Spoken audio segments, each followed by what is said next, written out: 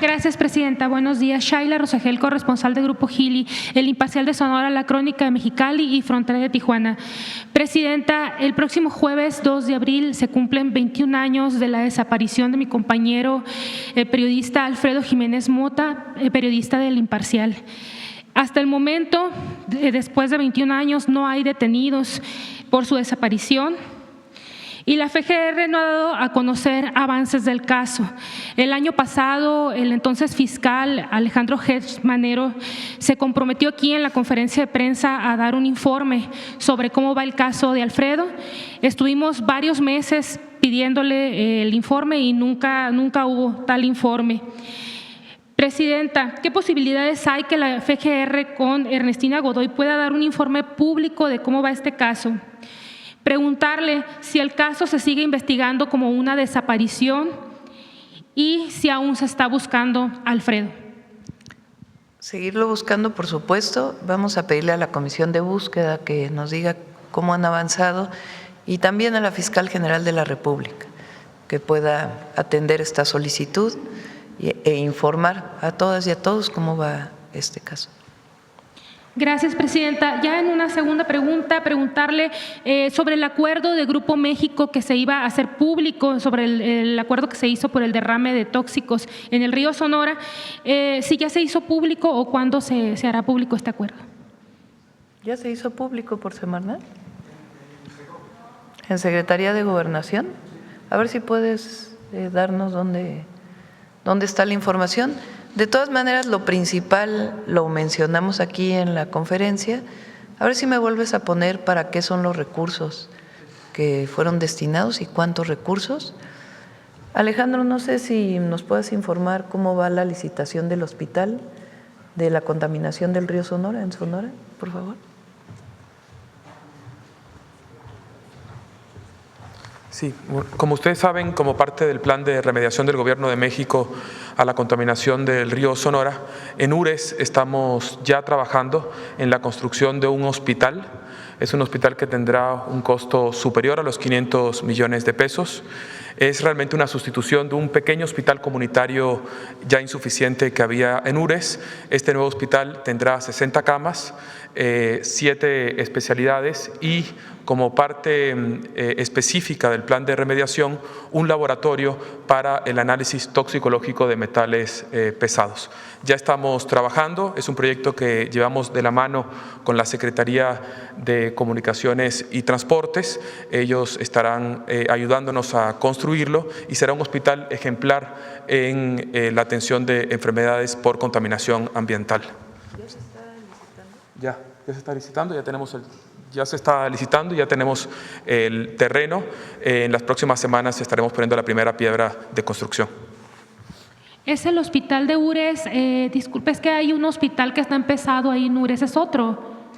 Está uno en obra negra Sí. ahí desde hace muchos años. Sí, es otro. De hecho, estudiamos el hospital que habían dejado abandonado, pero tiene una fractura estructural, no convenía aprovecharlo y decidimos ir por otro terreno y con un proyecto totalmente nuevo, por seguridad de los pacientes.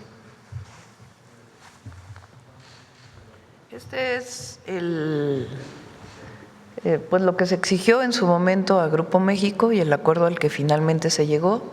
Grupo México deposita 1.500 millones de pesos, el Gobierno de México 483.6 millones, el Gobierno de Sonora 180 millones y un depósito que ya había hecho Grupo México en la Junta Federal de Conciliación y Arbitraje de 59 millones. Eso da un total de 2.222 millones. Ahora, adelante, por favor. ¿Para qué se va a utilizar el recurso? En el caso de salud, que está el IMSS Bienestar y el propio Gobierno del Estado incorporados. ¿Por qué el Gobierno del Estado? Porque ellos siguen llevando una parte de salud pública, de epidemiología, que es importante que esté incorporada. Nuevo Hospital General de URES, Unidad Monitora de Vigilancia Epidemiológica y Seguimiento Toxicológico, Laboratorio Especializado en Metales Pesados y Monitoreo Permanente y Atención Médica Integral. Eso le corresponde a el IMSS Bienestar. Adelante, y al Gobierno del Estado. En el caso de agua, construcción de 16 potabilizadoras, instalación de 16 sistemas de desinfección, rehabilitación de las 6 potabilizadoras existentes, operación de 22 potabilizadoras y 16 sistemas de desinfección por 5 años y monitoreo de calidad de agua superficial y subterránea. Adelante. En el caso de remediación de suelos, que está a cargo de Semarnat, estudios y diagnóstico de sitios contaminados, remediación de suelos, disposición de sedimentos y monitoreo y restauración ambiental. Estos 3 representan 1.500 millones de pesos. Adelante. Bueno, además fue la reparación a los mineros de Cananea y esencialmente es lo que está integrado en el programa. El documento del acuerdo ya está, entonces, ¿en qué página? A ver si nos puedes ayudar, por favor, para que pueda… Ahora se los decimos. Gracias, presidenta. Y sobre lo del caso de Alfredo, ¿cuándo cree que podría la FGR dar? El jueves es el aniversario de la desaparición de los 21 Vamos años. a pedírselo a la fiscal. Como ustedes saben, la fiscal pues tiene sus tiempos, es autónoma y es una persona muy sensible, entonces seguramente nos está escuchando y podrá informar al pueblo de México cuándo estará en condiciones de poder dar un informe de las investigaciones que se han hecho. Muchas gracias, presidenta. Sí. Vamos a seguir con Sonora para que no perdamos el… Sí, presidenta, muchas gracias. Sobre el tema, yo quiero aprovechar la presencia de Martí Batres, el director del ISSSTE, para preguntarle un tema que tiene que ver con los estudiantes de especialidad. Me reportaban que en Sonora, no sé si es generalizado, pero sí en Sonora, quienes aspiran a tener una especialidad médica están siendo sometidos a jornadas de hasta 36 horas. Tengo entendido que esto no es normal, que hay un decreto incluso que obliga a que sea de turnos de 24 horas por 24 horas de descanso. Entonces, preguntarle qué es lo que está pasando. Mire, sabemos que hay una necesidad fuerte de especialistas médicos y eso está propiciando deserción de quienes aspiran justamente a tener un grado de especialidad en este sentido.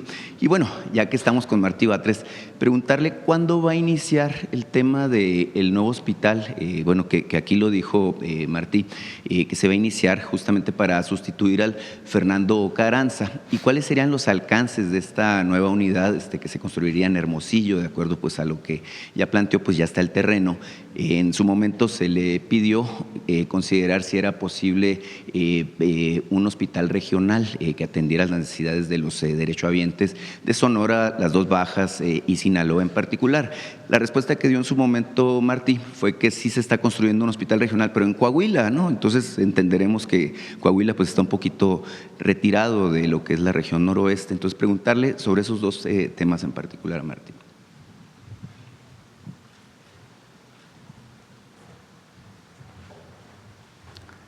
Sobre el primer asunto de los residentes, si hay alguna queja particular, con gusto la recogemos y tomamos las medidas que sean necesarias. Se debe de cumplir con la norma. Además, se va a ir modificando a nivel general de forma beneficiosa para los residentes estas normatividades para que se cumpla con los objetivos. No tiene por qué haber ningún tipo de maltrato. Si hay algún tema específico, nos lo hace saber y hablamos con quien tengamos que hablar en el hospital correspondiente. Por cierto, quiero comentar de paso que ahora en esta coyuntura el ISSSTE pudo incorporar más especialistas recién egresados, sobre todo, y egresados de generaciones anteriores a los hospitales, casi 1.300 nuevos especialistas. Ahora, sobre la construcción del hospital, no dije yo que en lugar de hacerlo en Sonora se hará en Coahuila. En realidad en Coahuila se acaba de hacer un hospital regional que inauguró la presidenta, comenzó con el presidente López Obrador y la presidenta Claudia Sheinbaum lo inauguró el año pasado, hace un año. Y en el caso de Sonora se hará una unidad médica dentro del plan que tenemos en este sexenio. Quiero decir que el plan es un plan integral que observa pues no solo el tercer nivel, sino el segundo nivel y sobre todo el fortalecimiento del primer nivel, que es muy importante. Va a tener el ISSSTE 240 frentes de obra en todo el país y una parte muy importante de estos van a ser para primer nivel, que es muy importante atender también. Gracias, Presidenta.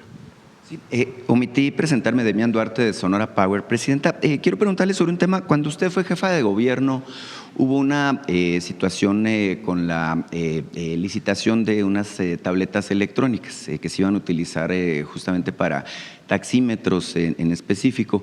6 años después, un tribunal internacional le concede la razón a su gobierno. Había una queja de 2 empresas que alegaban que las estaban bloqueando en términos de lo que fue esta situación. Si nos puede dar un poco más de detalles al respecto, Presidenta. Sí, es muy interesante el caso. Le voy a pedir a Andrés Layuz, que fue quien le dio seguimiento porque era secretario de Movilidad en la Ciudad de México, que un día venga a platicar el entramado de corrupción que había ahí.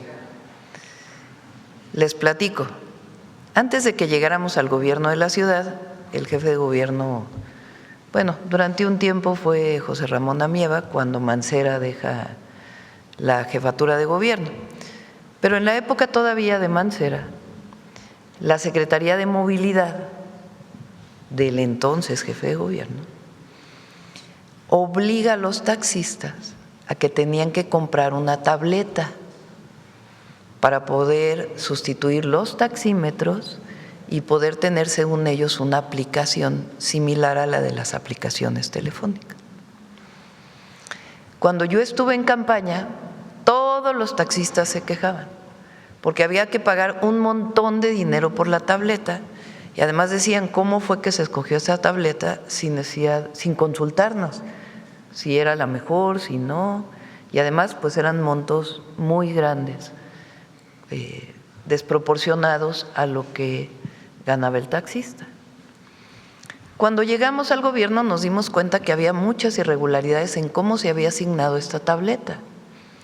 Entonces la cancelamos, porque además era la solicitud de los taxistas. Lo cancelamos dentro del marco de la ley. Entonces las personas que tenían esta concesión, junto con los exservidores públicos, los exfuncionarios, presentan un arbitraje internacional supuestamente relacionado con el tratado comercial con Estados Unidos, porque supuestamente había empresas relacionadas de Estados Unidos en esta asignación de esta tarjeta. Recientemente acaba de resolverse el arbitraje y le da la razón al gobierno de la ciudad de nosotros. Dice, estuvo bien, cómo se canceló, no hay ningún problema, no hay nada relacionado con alguna violación al tratado comercial. Lo interesante de todo esto es que hay muchas audiencias públicas que se dieron en Estados Unidos sobre estos casos, porque esta empresa que dio las tabletas o las que estaba concesionada estas tabletas, pues eran varios dueños que se pelearon entre ellos e hicieron juicios en Estados Unidos. Y estos juicios se hicieron públicos. Y en esos juicios hacen público quién los llevó, cómo los llevó, con quién hablaron, a qué se comprometieron, qué diputados estuvieron involucrados.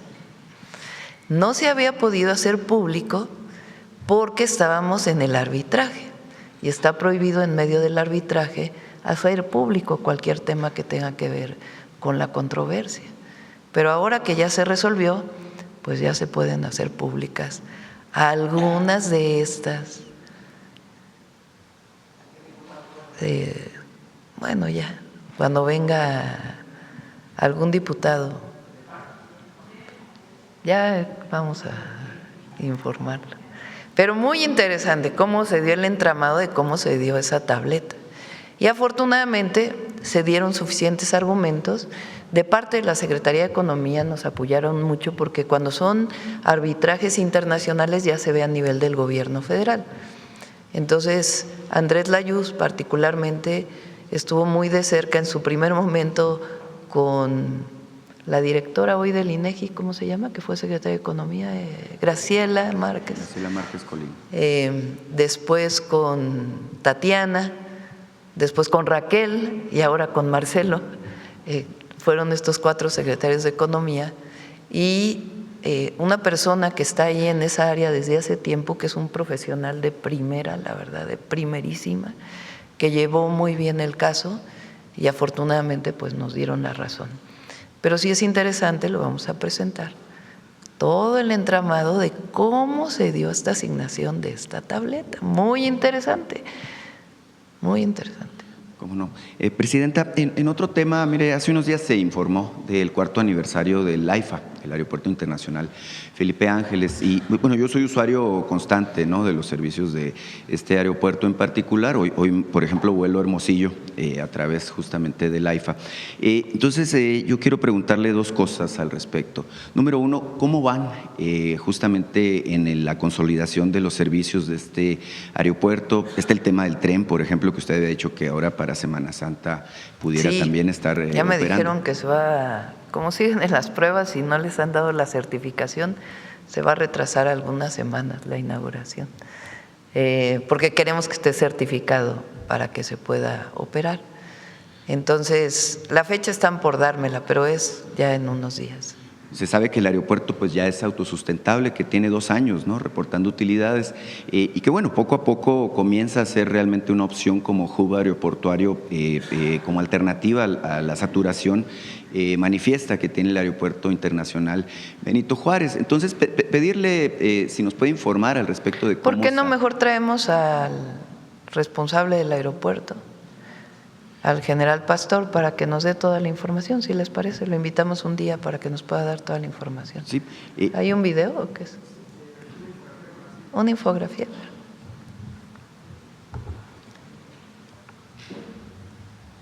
Son 25 millones, más de 18 millones de pasajeros transportados, más de 1 millón de toneladas transportadas, 97% de vuelos internacionales y nacionales. Quintana Roo son los estados a donde más se viaja: Quintana Roo, Jalisco, Nuevo León, Yucatán y Oaxaca.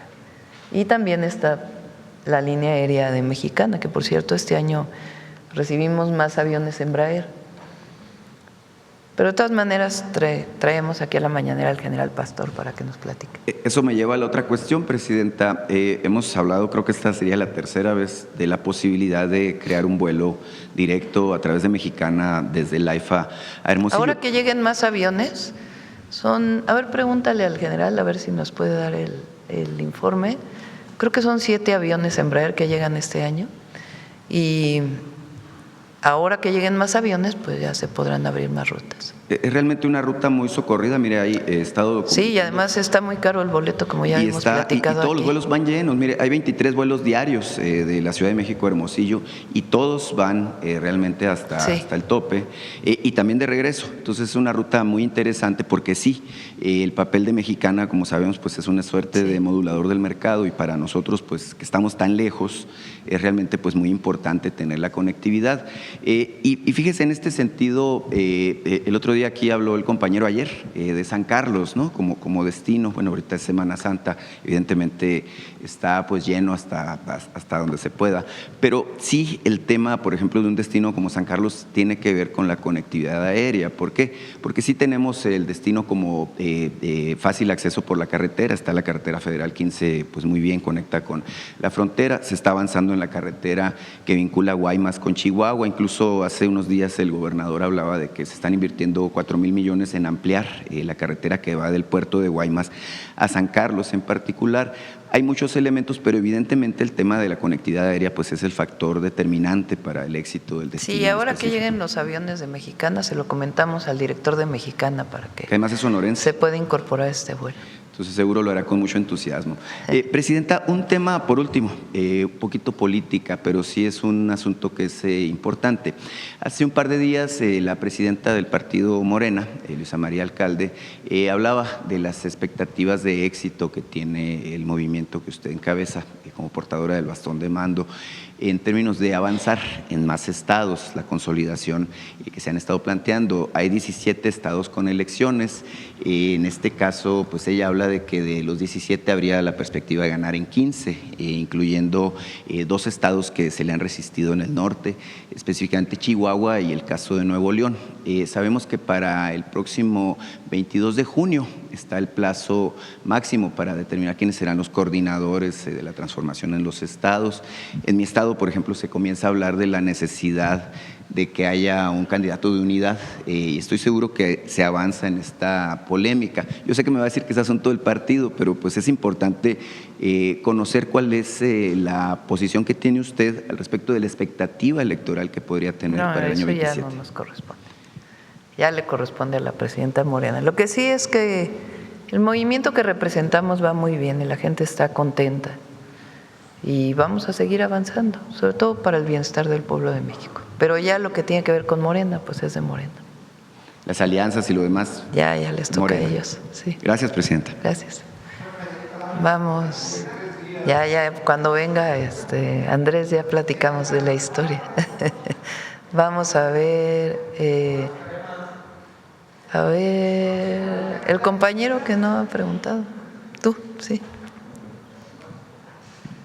Muchas gracias, presidenta. Ricardo Pérez, de Diario Red América Latina. Presidenta, la semana pasada, el jueves, la Cámara de Representantes de Estados Unidos aprobó esta ley para proteger la propiedad en el extranjero de compañías estadounidenses. Esto en relación con el litigio que mantiene el gobierno federal con la empresa Vulcan Materials por la mina de Calica, allá en el estado de Quintana Roo. Presidenta, de aprobarse esta ley en el Senado, allá en Estados Unidos, ¿qué alcances podría tener y qué impactos podría tener en México? Entiendo que limita la llegada de embarcaciones que hayan pasado por el puerto de Calica. Entonces, también preguntarle cómo está operando actualmente este puerto de esta empresa estadounidense, si llegan ahí embarcaciones, si salen con material y, bueno, sobre todo los impactos que tendría para nuestro país. No tendría ningún impacto porque no hubo una expropiación.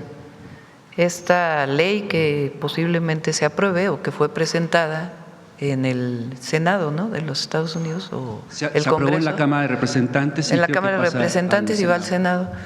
No tiene impacto porque no hubo una expropiación. Ahí claramente se dice en caso de expropiaciones. En el caso de la empresa Vulcan, de la mina Calica, no hay expropiación. Lo que hubo un decreto de área natural protegida, pero no hay expropiación, entonces no tiene impactos. Eso por un lado.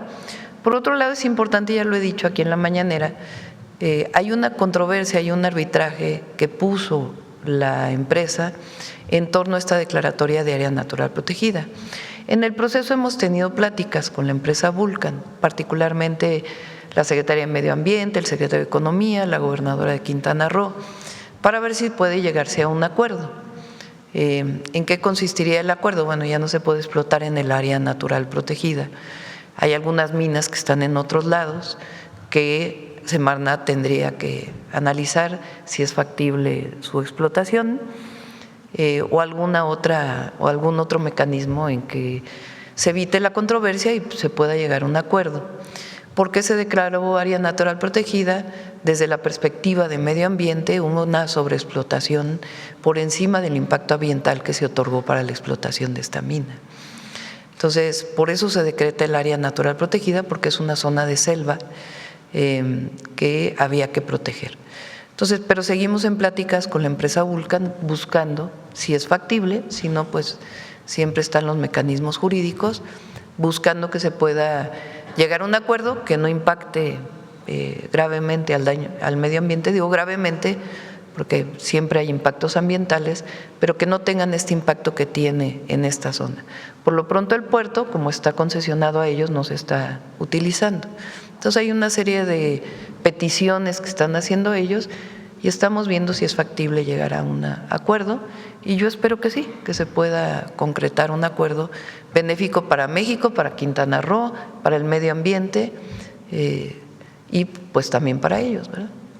¿Estas pláticas incluyen la operación del puerto o cómo se quedaría el gobierno federal? No quisiera yo avanzar, son pláticas que se están llevando a cabo, no quisiera hacer público exactamente en qué estado están las pláticas, pero sí hay pláticas y buscamos que podamos pues concretar un acuerdo, repito, que sea benéfico para Quintana Roo, para el medio ambiente, para México, para el país, y pues también que ellos vean que es factible para ellos. Muchas gracias, Presidenta. Sí. En otro tema, el pasado 19 de marzo se envió al Congreso esta ley para fomentar la inversión en infraestructura estratégica para el desarrollo con bienestar. Se aprobó ya en la Cámara de Diputados. En la Comisión Bancaria usted mencionó que esta ley sería de utilidad para lograr esta meta de generar 30,000 megawatts para 2030. ¿Nos podría explicar cómo va a funcionar esta ley que contempla nuevos esquemas de inversión mixta y sobre todo, pues, cómo se va a evitar que el sector privado, que empresas privadas controlen sectores estratégicos como la generación de electricidad? Y bueno, usted también mencionó que la ley será útil para también la meta de reducir la dependencia de gas natural de Estados Unidos, también mediante inversión mixta. ¿Nos podría explicar un poco cómo está contemplando la operación de esta ley? Tanto en el sector eléctrico como en petróleo y gas, cambiamos nosotros completamente las leyes y la Constitución. Nosotros nunca estuvimos de acuerdo con la reforma energética del 2013, ni con mecanismos que se hicieron previo a ello, que el objetivo era privatizar Pemex, privatizarlo completamente. Que Pemex fuera cada vez más pequeña, que fuera cada vez más débil y que la explotación del petróleo, del gas, de sus derivados y la generación eléctrica fuera privada. Ese era el objetivo de la reforma energética y en realidad reformas que se hicieron desde 1992 con Salinas de Gortari. El objetivo era que el Estado dejara de participar en los sectores estratégicos de la electricidad y del petróleo. Nosotros cambiamos la Constitución. ¿Qué cambio sustantivo hubo en la Constitución? Parece algo muy pequeño, pero es algo muy profundo. En la reforma del 2013 se dijo, Pemex y CFE tienen que competir al mismo nivel con cualquier empresa privada. Y no tomaban en cuenta ni la soberanía, ni que eran empresas públicas, empresas del pueblo de México, empresas de la nación, y que en todo caso, más allá de la generación eléctrica, pues tienen un papel muy importante que tiene que ver con la soberanía energética de nuestro país y la garantía de precios accesibles y la garantía de poder acceder a toda la población a la electricidad y al petróleo, o bueno, a los derivados del petróleo. Entonces, cambiamos la Constitución. En 1960, si mal no me equivoco, cuando se nacionaliza la industria eléctrica por parte del presidente López Mateos, también se agrega una parte en la Constitución que decía que no podía haber contratos y que además, en el artículo 28, las empresas públicas no podían considerarse monopolios. ¿Qué agregamos nosotros en la Constitución? Que debe darse, primero, prioridad a que entre a la generación eléctrica, al despacho eléctrico, lo público. Segundo, que las empresas públicas no son monopolios, no pueden considerarse monopolios. Los neoliberales no están de acuerdo con esto, nosotros sí, porque la empresa pública es la empresa del pueblo de México, es la empresa de la nación, es la que garantiza soberanía, es la que garantiza accesibilidad, es la que garantiza la eficacia y la sustentabilidad de los sistemas. ¿Cuáles son nuestras grandes empresas nacionales del pueblo de México? Pemex y Comisión Federal de Electricidad. Ahora, se hicieron leyes secundarias. En las leyes secundarias, bueno, eso es, digamos, por un lado. ¿Qué pasó después del 2013? Después del 2013, CFE cada vez generaba menos electricidad. Llegó a generar 25% de toda la electricidad que se generaba. Y no podía pasar del 50% porque era considerada monopolio. ¿Qué le pasó a Pemex? En 2013 se abre para la explotación de privados y se asignan bloques territoriales en el Golfo y en tierra, en el Golfo de México o en los estados que están en el Golfo de México. Los privados supuestamente iban a explotar el petróleo y en realidad lo utilizaron solamente para que subieran sus acciones en la bolsa de valores, pero prácticamente nadie se dedicó a explotar. Pero el bloque ya estaba asignado a un privado. Esas fueron las famosas rondas. Entonces ahora cambiamos por completo el modelo e hicimos leyes secundarias. ¿Qué dice en el caso de la electricidad? Que es un posicionamiento que hizo desde su momento el presidente López Obrador y que nosotros sostenemos. Al menos CFE debe generar el 54% y los privados 46%. Y en el caso del petróleo puede haber contratos con privados, pero siempre para beneficio de la nación.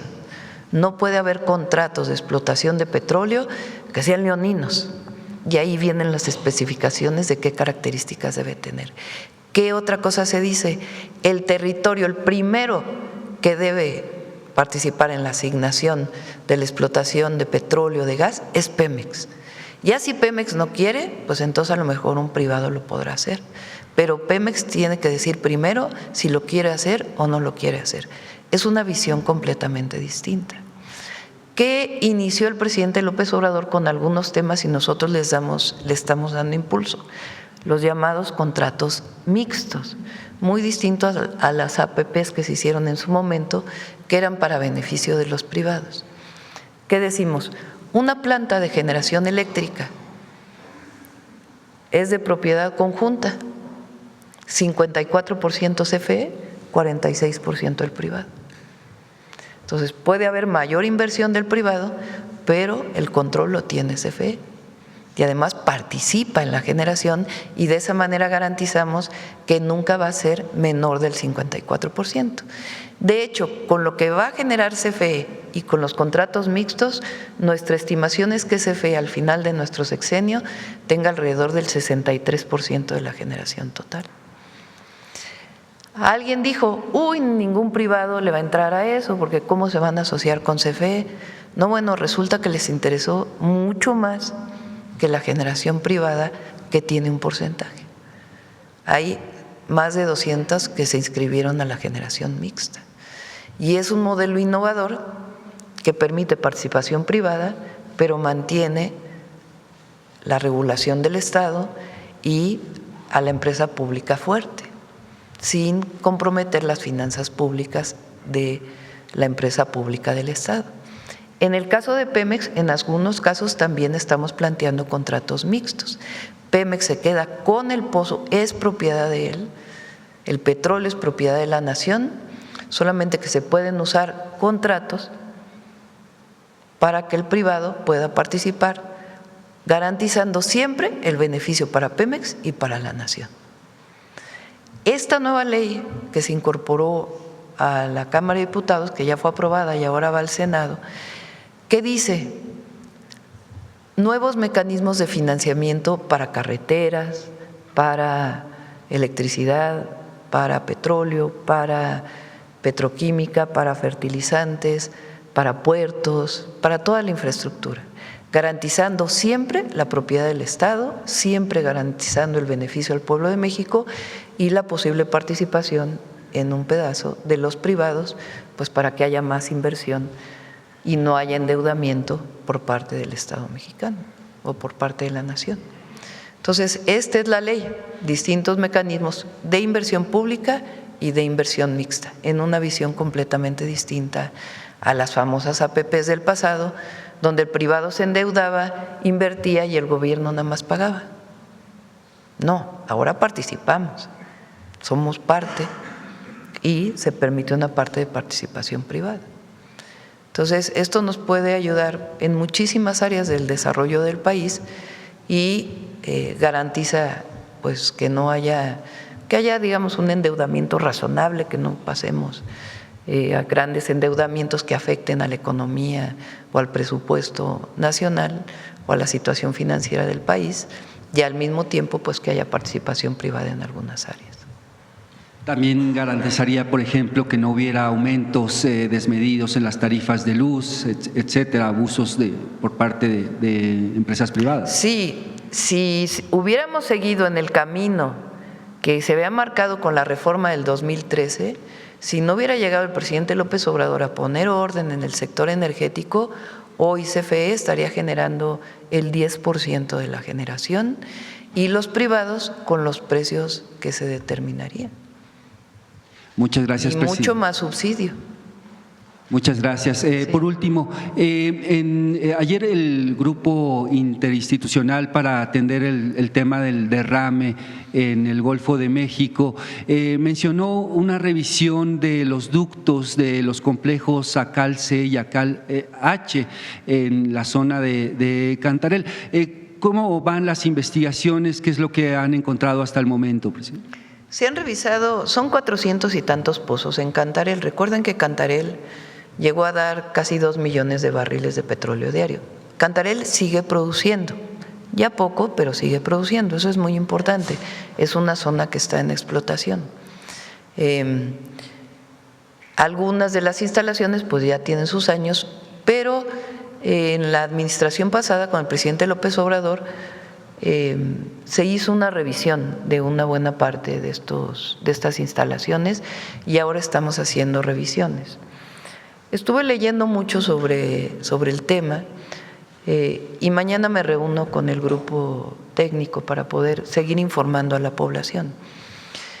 Hay todavía en el Golfo lo que le llaman chapopoteras naturales, es decir, emanaciones de pozos, digamos, no son pozos todavía porque no están explotados, pero así les llaman los científicos, chapopoteras naturales, en donde se emana petróleo. Entonces, esta emanación que vino de Cantarell, pues lo que estamos investigando junto con científicos, porque no solamente es un trabajo de Semarnat, de Pemex y de la Secretaría de Marina y Secretaría de Energía, sino con científicos, si son estas chapopoteras naturales que hay en la zona, que se han reportado en muchas ocasiones y hay muchos reportes científicos de ellas, o alguna fuga de alguna de las instalaciones. Para eso pues se tienen que revisar todas las instalaciones. Hasta ahora no ha habido reportado una fuga, se han revisado ya una parte importante. Si se llegara a ver que hay una fuga, pues obviamente se informaría y se entraría a la reparación. Más bien parece esta otra hipótesis que se ha venido planteando. Y también para ello, pues hay protocolos para contener la contaminación, porque no es la primera vez que ocurre, sino que ha ocurrido en otras ocasiones. Toda esta información que han venido dando este grupo y que tenemos que abundar en la información, porque todos tienen que saber pues lo que está pasando en el Golfo y cómo se ha venido conteniendo la contaminación y limpiando las playas, que es algo muy importante, porque parece que no se ha hecho nada, se ha hecho muchísimo. Hay muchísima gente de Pemex trabajando, mucha gente de la Secretaría de Marina, mucha gente de Semarnat trabajando para poder contener y limpiar la contaminación a través de distintos métodos. Entonces, particularmente es muy importante que todos los protocolos de alertamiento y de control de la contaminación que se puedan presentar, ya sea por estas chapopoteras o por alguna fuga que llegara a darse, pues tienen que operar de manera inmediata. Entonces, eso es en lo que seguimos trabajando. Mañana me dan un reporte y lo vamos a seguir informando. El día de hoy está Alicia Bárcena en Veracruz y revisando las playas, platicando también con los pescadores, y también ha habido un trabajo muy importante tanto de Pemex, del área social de Pemex que coordina Raúl Ojeda, como de Secretaría de Bienestar, que también le pedí que ayudaran para poder apoyar a los pescadores por los daños que han tenido. Muchas gracias, presidente. Bueno, vamos de este lado. A ver, el compañero.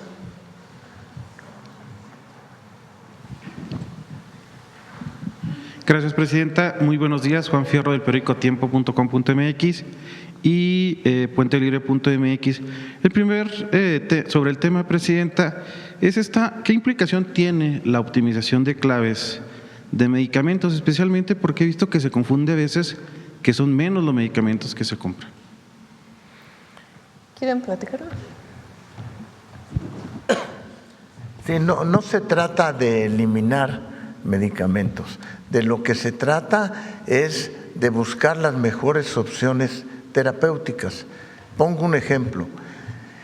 Para tratamiento de colesterol elevado, estábamos en ocasiones comprando 7 claves distintas para una misma tensión de colesterol elevado. Al revisar y al hacer la revisión, nos damos cuenta que con 2 de ellos podemos tener suficiente para tratar a la población y escoger los 2 mejores, no necesariamente lo más barato, sino lo que es más eficiente para tratar. Ese es el propósito, no es eliminar, es optimizar los medicamentos que dispongamos para el tratamiento. En ocasiones puede ser incluso más caro. En el caso de diabetes, por ejemplo, y de hipertensión arterial, tenemos todos los medicamentos para atender a diabéticos y a pacientes con hipertensión arterial. Muchos de esos medicamentos son incluso más costosos. Entonces no nos estamos fijando en el precio, sino en lo que resulta ser más eficiente para el tratamiento. Gracias. Presidenta, ahorita también nos estaba platicando acerca de estas farmacéuticas que pues fallan desafortunadamente en la entrega de medicamentos. Nos había platicado, creo, el año pasado acerca de iniciar un proceso de sanción a estas farmacéuticas. En aquel entonces nos platicó de algunas, que ya quisiera ver si ya se sumaron otras y si ya se sancionó para que ya no se pudieran volver a contratar estas farmacéuticas. Sí se sancionó. No sé, Eduardo, si tú tienes esos datos. Gracias, Presidencia, con su permiso. Sí, efectivamente, después de que nosotros anunciamos este proceso de farmacéuticas incumplidas hacia el verano del año pasado, pasaron 2 cosas. La primera es, seguimos dialogando con ellas, reuniéndonos todas las semanas para incrementar su volumen de cumplimiento, ayudando en el caso de que tuvieran algún trámite atorado, es decir, facilitándoles todo lo necesario para que pudieran cumplir. Pero de manera paralela, la Secretaría de Anticorrupción y Buen Gobierno coordinó junto con el IMSS, el ISSSTE, el IMSS Bienestar, que fueran notificadas de manera oficial los incumplimientos para poder hacer las rescisiones de contrato, primero, en empresas que no habían cumplido, poder cancelar contratos para dárselos en un proceso competitivo a empresas que sí fueran a cumplir, y en segundo lugar, pues en los casos más dramáticos, porque hubo algunos donde las empresas habían hasta dado documentación falsa en las licitaciones, inhabilitarlas para que no pudieran participar. Creo que les podemos pasar una nota de las empresas que la propia Secretaría de Anticorrupción y Buen Gobierno ha determinado que quedan inhabilitadas. Pero sí me gustaría compartirles, porque estamos ya haciendo el proceso de compra del 2027 y 2028 para garantizar que no haya ningún tipo de desabasto hacia los siguientes años.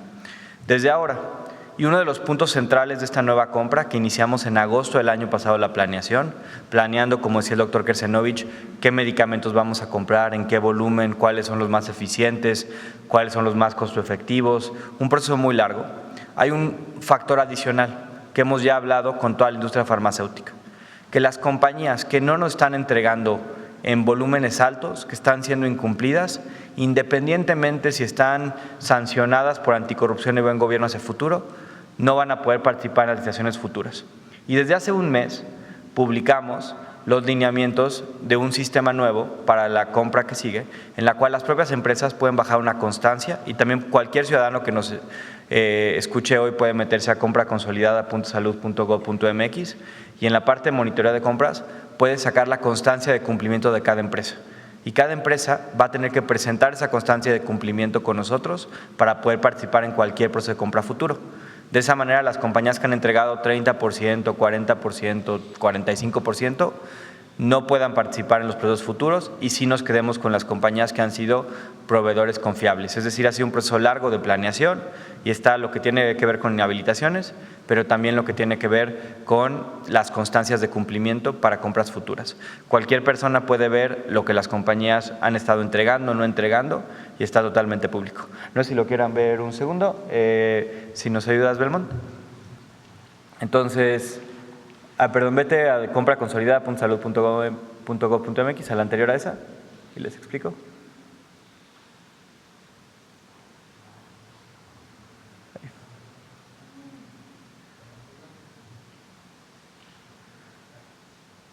Bajen un poco. Esta es la plataforma de la compra consolidada. Si bajan, ahí donde dice monitoreo de entrega, Belmont. Ahí. Aquí cualquier persona de nuestro país, desde un reportero hasta un ciudadano, puede ver todo lo que ha pedido, si bajan un poquito, lo que ha pedido el gobierno y lo que han entregado las compañías. Eso es el número de piezas que están entregando en el sector cada mes. El mes pasado fueron cerca de 184 millones. Y si suben un poquito, suban un poco más, arribita ahí donde dice constancia de cumplimiento, pueden ustedes encontrar, si hacen clic en donde dice proveedor adjudicado, todas las compañías que le proveen, ahí háganle clic donde dice proveedor adjudicado, todas las compañías que le proveen medicamentos al gobierno. Escojan la primera si quieren para no. Le ponen buscar y aquí sale la constancia de cumplimiento de esa compañía. Esa compañía le hemos pedido 21,000 piezas, se ha entregado 19,000, tiene un 91% de cumplimiento y las compañías que tengan un cumplimiento inaceptable no van a poder participar en los procesos de compra futura de nosotros. Estamos determinando el porcentaje, pero estamos pensando arriba del 75% por lo menos en los procesos consolidados de este último año. Claro, hay otro punto importantísimo de la compra consolidada de medicamentos que nos ayuda el tiempo con el cual estamos haciendo esta compra. Es que estamos privilegiando que compañías mexicanas, compañías extranjeras también inviertan en nuestro país para fabricar medicamentos en nuestro país hacia el futuro de las licitaciones públicas, hasta el futuro del abasto en el sector público. Eso significa que las cámaras nacionales de industria farmacéutica afortunadamente están haciendo inversiones importantes porque para este siguiente año tienen mucho mayores capacidades para darnos el abasto asociado a que estamos comprando muy adelantado. ¿A qué me refiero? Y perdón si no fui tan claro. Como en este momento estamos ya planeando la compra de 2027 y 2028, que se espera podamos tener ya resultados de la compra, es decir, contratos hacia compañías mexicanas y extranjeras arraigadas en México, hacia el mes de mayo y el mes de junio. Muchas de estas compañías ya desde ahorita, sabiendo que tienen todo ese tiempo para cumplir, están haciendo las inversiones necesarias para que la mayor parte del abasto sea producción en México. Producción que antes tal vez venía de otros países del mundo, pero que hoy con los beneficios que ha dado la Secretaría de Economía por instrucciones de la Presidenta a través del Plan México, les permite hoy poder ser proveedores de nuestro país con este tipo de beneficios. Tenemos un número amplio de compañías y creo que les podemos hacer para la siguiente una lista importante de las que están invirtiendo, pero un buen número de compañías farmacéuticas en México van a estar haciendo nuevas líneas de producción para que los medicamentos que recibe el país en 2027 y 2028 sean en un mucho mayor grado medicamentos fabricados en nuestro país y no medicamentos importados. ¿Cómo hemos logrado esto? Con estrategias de muchos tipos, pero que incluyen estas. Porque desafortunadamente muchos de los proveedores incumplidos algunas veces han sido proveedores que importan a otras partes del mundo. Si esos proveedores no pueden participar precisamente por no haber cumplido, eso facilita que la industria mexicana pueda participar y si lo hace a buenos precios, invierta además en mucho mayor capacidad de producción en nuestro propio país. Esto tiene un círculo virtuoso en el cual no solo tenemos mayor abasto en los hospitales, en las clínicas, pero también mayor empleo, mayor investigación tecnológica, mayores espacios de desarrollo tecnológico de moléculas hechas en México. Un caso que ustedes ya conocen es, por ejemplo, la fábrica que se va a poner en nuestro país de vacunas contra el COVID-19, de una compañía internacional que se llama Moderna, que para que ustedes sepan es tecnología de tan alto grado que las únicas plantas que hay en el mundo de este tipo están en países como Estados Unidos, Inglaterra, Canadá y Australia. Ahora la planta que van a poner en México pues se va a sumar a estos países.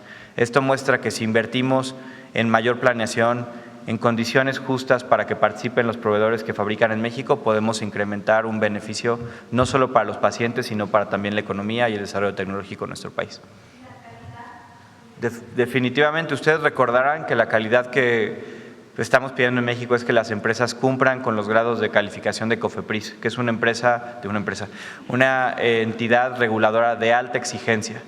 Esto hace que los productos que se fabrican en México, que pasan por el proceso de COFEPRIS, se pueden exportar a muchísimas partes del mundo porque toman a COFEPRIS, las agencias regulatorias de otras partes, como una agencia equivalente de alta exigencia regulatoria. Gracias, Presidenta.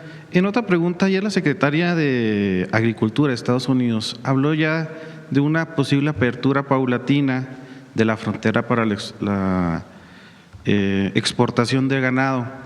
Quisiera preguntarle, Presidenta, ¿qué reporte tiene sobre las negociaciones? ¿Cómo han ido avanzando al respecto? Y si esta podría ser la luz al final del túnel para los ganaderos de México. Se ha trabajado mucho con la Secretaría de Agricultura de Estados Unidos por parte del doctor Verdegué y de todas las instituciones para el control del gusano barrenador, tanto con la importación de moscas como con mecanismos, digamos, más artesanales, en donde incluso ya participa Sembrando Vida a través de sus promotores y de todos los estados de la República para dar información y poder contener la plaga del gusano barrenador. Entonces hay una revisión de indicadores de manera permanente en ambos países y la posibilidad, vamos a decir posibilidad, todavía no es la certeza, de que en meses próximos pudiera estarse abriendo la frontera. Pero hasta no tener mucho más información y tener ya un acuerdo formal, pues no estaríamos en posibilidades de decir sí, ya se está abriendo. Pero es una buena declaración por parte de la Secretaría de Agricultura de que vamos avanzando en este proceso. Gracias, Presidenta. Por último, el operativo de seguridad de Semana Santa, no sé si tenga algún reporte estos 2 días. Si hay reportes, a ver si la Guardia Nacional puede dar un avance. Gracias, Presidenta. Sí. Vamos a ver la compañera. Buenos días, Presidenta. Judith Sánchez Reyes, de Perspectivas MX y Radio Milet. Sobre salud, preguntarles, comentan que este contagio, este brote va a la baja. Sin embargo, por ejemplo, de acuerdo a los propios reportes diarios que hace la Secretaría de Salud, el 4 de marzo se tenían 12,237 casos y ahora el 26 subió a 14,605, es decir, hay 2,368 nuevos casos. En ese sentido, preguntar cuáles han sido los factores para no poder contener como tal los contagios y dado que también las propias autoridades sanitarias comentaron que este brote se dio por casos exportados, es decir, por personas que llegaron a nuestro país, preguntar si no será obligatorio que justamente personas que vengan de otras partes del mundo pues se les requiera que estén inoculados contra esta enfermedad y más en la antesala pues de lo que es el Mundial. Eduardo o David y luego Eduardo. Ajá. A ver, el número de casos que se reportan no se reportan hasta que se demuestra que el caso se debe a sarampión. Es decir, una persona puede empezar con datos clínicos, tener sarampión y su reporte viene hasta que tenemos la prueba definitiva de que es sarampión. Eso hace que los reportes diarios no reflejen necesariamente lo que está sucediendo, porque se acumulan de varias semanas atrás. Por eso vemos las variaciones en lo que tiene que ver en los reportes epidemiológicos. Pero lo que mostró Eduardo es que claramente van disminuyendo el número de casos nuevos reportados. Es distinto el número de casos nuevos al número de casos reportados. Esa es una. La otra es que la vacunación a nivel mundial no es obligatoria para sarampión, porque existen diferentes políticas en diferentes países e incluso hay gente antivacunas que no se quiere vacunar. Pero en resumen, en relación a su pregunta, la única manera es seguir vacunando. En la medida que aumente el número de personas que tienen inmunidad, el número de casos nuevos disminuye, porque lo que importa es la tasa de contagio que existe y la tasa de contagio está definitivamente a la baja en el país. Pero al final del día sí hay nuevos casos ya confirmados. No, sigue habiendo casos. No podemos decir que ya eliminamos por completo los casos de sarampión, pero lo que sí es que vienen bajando en forma significativa y la tasa de contagio también va disminuyendo en forma progresiva. Gracias. Sí, es muy importante, creo que recalcar, y para que todos los que nos escuchen sepan cómo se ha comportado el virus de sarampión en estos últimos meses. Creo que los datos que tú misma comentabas son los que muestran cómo ha cambiado la velocidad del virus. Si no mal recuerdo, justo mencionas que en los últimos 25 días más o menos ha habido 2.400 casos, es decir, cerca de 100 casos al día en este último mes. En el momento de mayor transmisión del virus, de mayor velocidad, hacia mediados de febrero, estábamos hablando de cerca de 220 casos al día nuevos. En la última semana estamos hablando de cerca de 80 casos al día nuevos, es decir, la velocidad es mucho menor. ¿Qué significa esto? Que el virus del sarampión sigue presente, sigue habiendo casos activos, sigue habiendo personas que día con día se contagian, pero es un número mucho menor de lo que se contagiaban antes. Si no hubiéramos implementado el proceso de vacunación, si el virus hubiera tenido su tendencia natural, lo que hubiera pasado es que hubiéramos pasado de tener 220 casos al día a tener ahora tal vez después 400 casos al día, después 500, después 600. La ruta ha sido al revés, el número de casos al día ha bajado. El sarampión, como cualquier enfermedad transmisible por vectores, contagiosa como puede ser esta en su mayor expresión, no se apaga de un día a otro. Lo que va pasando es que cada vez los contagiados van contagiando menos personas. Y por eso lo que esperamos, como ya se ve en el caso de Chihuahua el año pasado, como se veía en el caso de Jalisco a partir de hoy, no es que el número de casos desaparece de un día a otro, sino que va progresivamente bajando.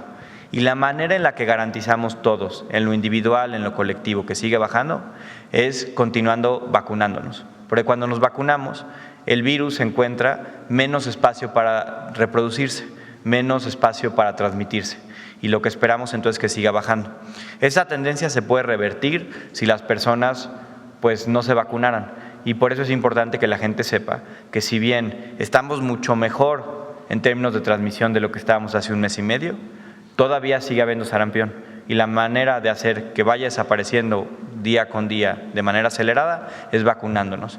Y hoy los datos que tenemos son contundentes. Afortunadamente la transmisión es mucho más lenta y es además consistente, que es más baja en todas y cada una de las entidades de nuestro país. ¿En qué zonas o en qué estados ustedes han podido identificar resistencia justamente a la no vacunación? Creo que la resistencia en sí es grupos muy pequeños, en realidad no hay una resistencia como tal, sino más bien hay comunidades que históricamente no se han vacunado por alguna razón u otra. Pero un caso increíblemente útil para que la gente sepa cómo el Estado mexicano sí puede llegar a vacunar es, por ejemplo, donde inició el brote en Chihuahua. En Chihuahua, las comunidades que primero trajeron el brote eran ciertos grupos que históricamente no se han vacunado. Pero cuando el equipo de la Secretaría de Salud Federal, del IMSS, del ISSSTE, de los servicios estatales de salud, fue y buscó a las personas para vacunarse o que había un brote, las personas se vacunaron. Es decir, no es un tema de resistencia, tal vez es un tema de poder acercarnos, poder platicar, dialogar, socializar, y en la mayoría de los casos, tal vez no en todos, pero en la mayoría de los casos, las personas se vacunan. Y por eso la importancia de las estrategias que hemos hecho en estas últimas semanas y en este último año, que es, si queremos que la gente se vacune, históricamente de grupos que no se han vacunado, ¿cómo lo hacemos? Acerquémosle las vacunas, hagamos que sea sencillo, hagamos que en todos los centros de salud, en los 20,000 que tenemos puntos, sea fácil, sea rápido, sea gratuito, sea universal vacunarse. Las personas de nuestro país tienen muchísima solidaridad, como se vio ahora, como se vio en el COVID hace muchos años, y cuando les pedimos, les informamos que vacunarse ayuda en lo personal y en lo comunitario, las personas han mostrado atender ese llamado. Y así tenemos que seguir hacia adelante y así seguir ocupando estos espacios de personas que por alguna razón u otra no se han vacunado.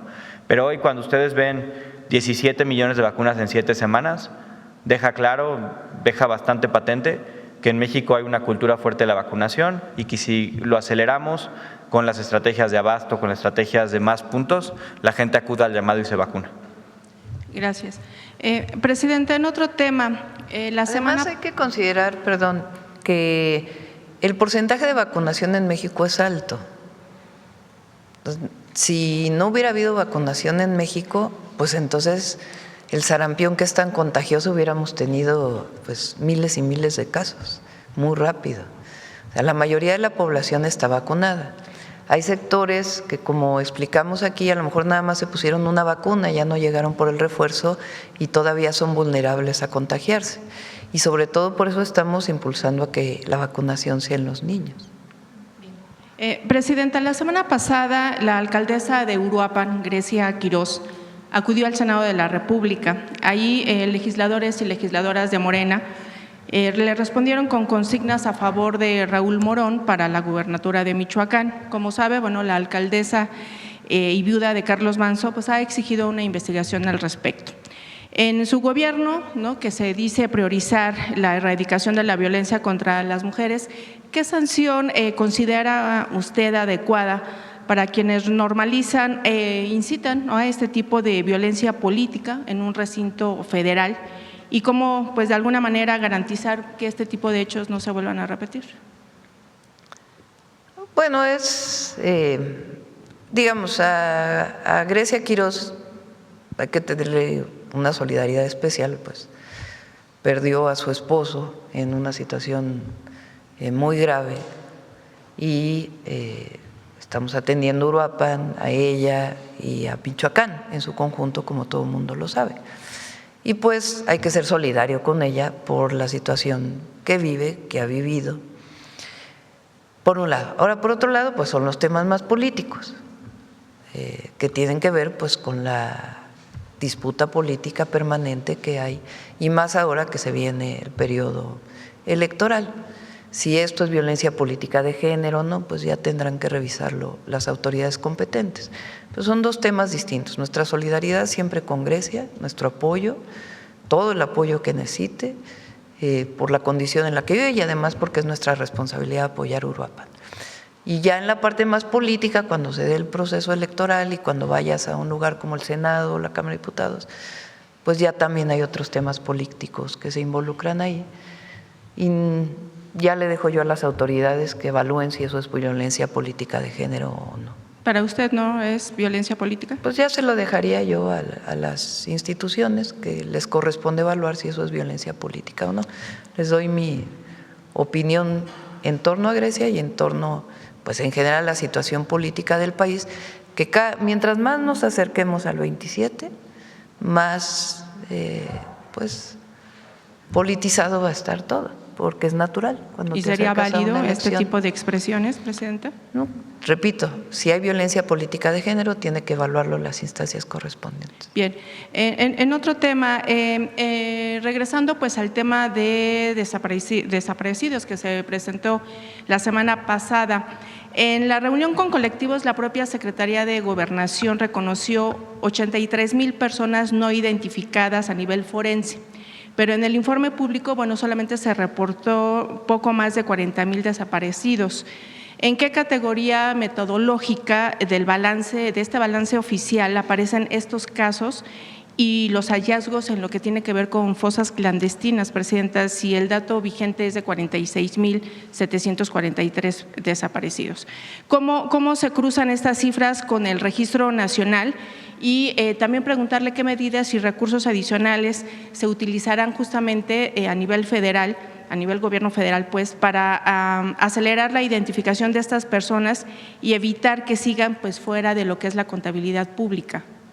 Si recuerdas, cuando presentamos el reporte de desaparecidos, una de las estrategias que planteé en la ley o que incorporamos a la ley que fue aprobada por los legisladores es la mejora del registro forense y todas las capacidades que se deben de tener para que una persona que es encontrada sin vida y más en condiciones de una muerte violenta, pues pueda ser identificada lo más pronto posible.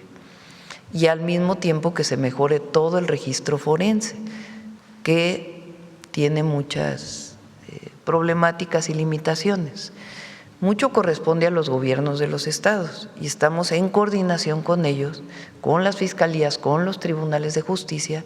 En algunos casos los INCIFOS, CEMEFOS, depende cómo se llamen, están en las fiscalías, en algunos casos están en los tribunales de justicia y estamos colaborando con ellos, con la Fiscalía General de la República y el área de búsqueda y también el secretariado para poder generar todas las condiciones para la identificación de estas personas.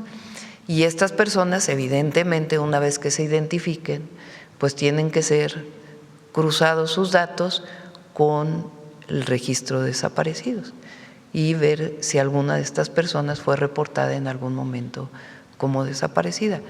¿Cuántas personas sin identificar? Pues es parte de lo que el equipo puede seguir informando. ¿Cuántas personas identificar hay y cómo se incorporan a los registros? Lo que nosotros mostramos el viernes de la semana pasada con el equipo que ha estado trabajando en ello es los registros que dicen, cómo se han identificado a las personas, siendo absolutamente transparentes de cómo están los registros, cuáles no tienen datos, cuáles sí tienen datos, cuáles han sido encontrados en registros administrativos posteriores, cómo seguimos buscando y las personas que no están, que tienen todos sus datos, pero que lamentablemente todavía no tenemos un registro ni administrativo ni de ningún tipo. Y el compromiso de seguir buscando. ¿Cuál sería, digamos, el reto justamente del gobierno federal para poder hacer esta identificación, presidenta, de estos 83,000 Repito, es un personas? asunto de coordinación, no corresponde exclusivamente al gobierno federal, mucho corresponde a los estados de la República. Entonces, hay que trabajar de manera coordinada, no es que nosotros digamos no nos corresponde, todo lo contrario. Desde que llegamos dijimos, con todas las entidades de la República hay que coordinarnos para mejorar la seguridad en el país. Y esta no es la excepción.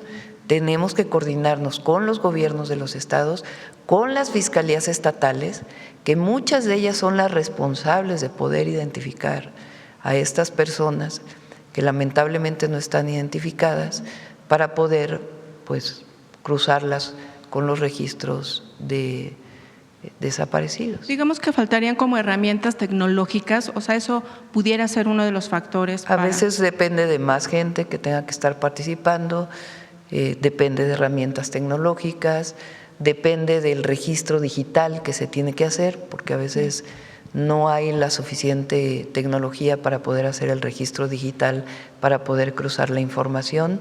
Y en ello hay una coordinación permanente con todas las fiscalías.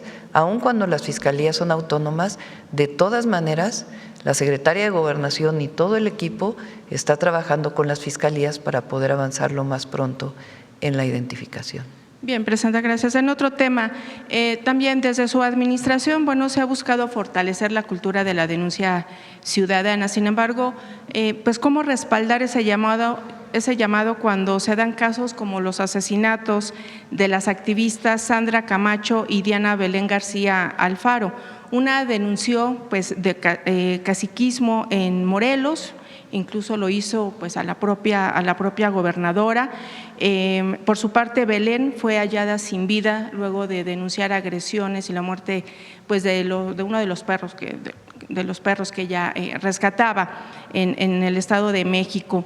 Realmente pues está garantizada la seguridad de los denunciantes ante esta ola de violencia. Estamos trabajando con los gobiernos de los estados y particularmente estos dos casos que son muy dolorosos, porque todos vimos cómo en las redes sociales denuncian y después lamentablemente pues viene el homicidio. Y evidentemente pues tiene que desarrollarse mucho más mecanismos para que en el momento que denuncian, aunque no hayan denunciado a la Fiscalía, frente a una autoridad, pues se den todas las condiciones para poder proteger a las personas. Y en eso estamos trabajando para garantizar que esto se haga. Y por supuesto pueden entrar en contacto con la Secretaría de Gobernación para todos los mecanismos de protección que hay para las personas. Bien, presidenta. Y finalmente, en los últimos días ha trascendido un caso, es el caso del empresario John Ulrich, que es uno de los herederos de una de las empresas pues más emblemáticas en lo que tiene que ver con útiles escolares aquí en México, que es Baco, quien está preso desde hace 8 meses en el reclusorio sur bajo el delito de administración fraudulenta que hizo su propio hermano, Edgar Ulrich, y que este delito, bueno, en sí no ameritaba prisión preventiva, sin embargo sigue encarcelado. Este caso presenta, más allá de que pueda tomarse como una disputa familiar, ha llamado la atención por varias cosas. La primera, porque la defensa denuncia que este encarcelamiento se dio gracias a que dentro del Tribunal Superior de Justicia de la Ciudad de México, a cargo de Rafael Guerra, pues se venden combos penales que incluyen orden de aprehensión y prisión preventiva justificada. 2, porque John Ulrich es ciudadano estadounidense, y 3, porque pues justamente al tener la ciudadanía estadounidense se acogió a la orden ejecutiva firmada el año pasado por este gobierno, que brinda apoyo a ciudadanos estadounidenses que son detenidos en alguna parte del mundo. De hecho, ya envió una carta al propio presidente Donald Trump. Incluso el jueves pasado se dio a conocer que ya se le está brindando apoyo consular. En este sentido, presenta preguntarle ¿cómo entender que siga habiendo este tipo de casos cuando se dio pues la renovación del Poder Judicial, ¿no?, que sigan prevaleciendo estas prácticas fuera de la ley? Y 2, si en un momento dado esto no pudiera generar pues algunas tensiones y críticas de personajes de allá de Estados Unidos que pues justamente han estado pendientes y que estuvieron señalando mucho pues esta elección judicial, ¿no?, con respecto pues ahora con este tipo de casos que se están ventilando. Sí. Tú ya defines que es un caso injusto. No, así lo maneja la propia defensa, por eso comenté. La defensa plantea que es un caso injusto. Así es. Yo creo que hay que escuchar la versión del Tribunal de Justicia de la Ciudad de México, porque pues la defensa evidentemente, para defender a su cliente, a la persona, pues evidentemente está defendiendo a la persona. Hay que escuchar la otra versión. Entonces vamos a preguntar al Tribunal de Justicia de la Ciudad de México por qué esta persona está detenida, porque probablemente él denuncia que hay corrupción. Bueno, pues tiene que demostrarse, no lo podemos tomar de antemano como que es así. Hay que escuchar la otra versión para poder tomar una opinión. Y pues le pedimos ahí al Tribunal Superior de Justicia de la Ciudad de México, no sé si ya lo hizo público o no, pero que pueda hacer pública su versión en este caso para poder tomar una opinión. Y finalmente, presidenta, ¿tiene alguna información sobre esta información que se dio a conocer el día de ayer de la explosión de un artefacto, explosivo en una camioneta que iba saliendo de las instalaciones del AIFA? ¿Qué información tiene sobre este hecho? En estos casos ustedes saben que informa el Gabinete de Seguridad y estaban por informarlo, lo informaron hoy en la mañana y ellos pueden emitir el comunicado. Gracias, presidente. Nos vamos, 9:13. Buen día a todos. Nos vemos mañana. Internas, reuniones internas. Gracias.